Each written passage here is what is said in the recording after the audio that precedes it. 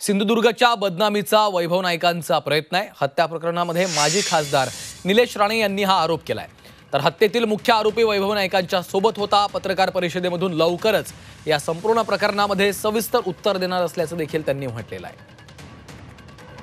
हत्येतला मुख्य आरोपी हा वैभव नाईक यांच्या सोबत होता। लवकरच पत्रकार परिषद घेऊन यावर सविस्तर उत्तर देणार असल्याचं निलेश राणे यांनी म्हटलेलं आहे। सिंधुदुर्गच्या बदनामीचा वैभव नाईकांकडून प्रयत्न होतोय असा आरोप हत्या प्रकरणामध्ये माजी खासदार निलेश राणे यांनी केलेला आहे। या हत्येतला मुख्य आरोपी हा वैभव नाईक यांच्या सोबत होता। पत्रकार परिषद घेऊन आपण लवकरच या संपूर्ण प्रकरणामध्ये सविस्तर उत्तर देणार असल्याचं देखील राणे यांनी म्हटलेलं आहे।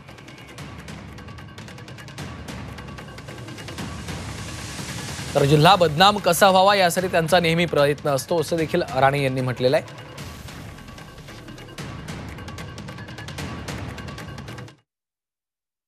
हा जो आरोपी आहे सिद्धेश सिरसाट,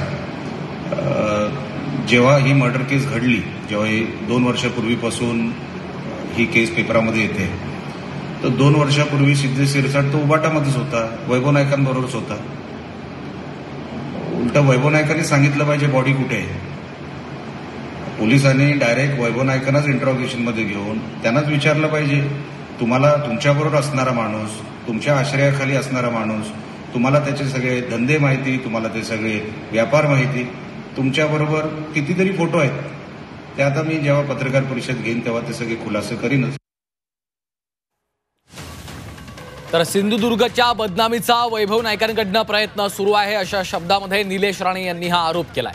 हत्येमधला मुख्य आरोपी वैभव नाईकांच्या सोबत होता। आपण लवकरच या संदर्भातले पुरावे पत्रकार परिषदेमध्ये जाहीर करू असं देखील इशारा त्यांनी दिलाय।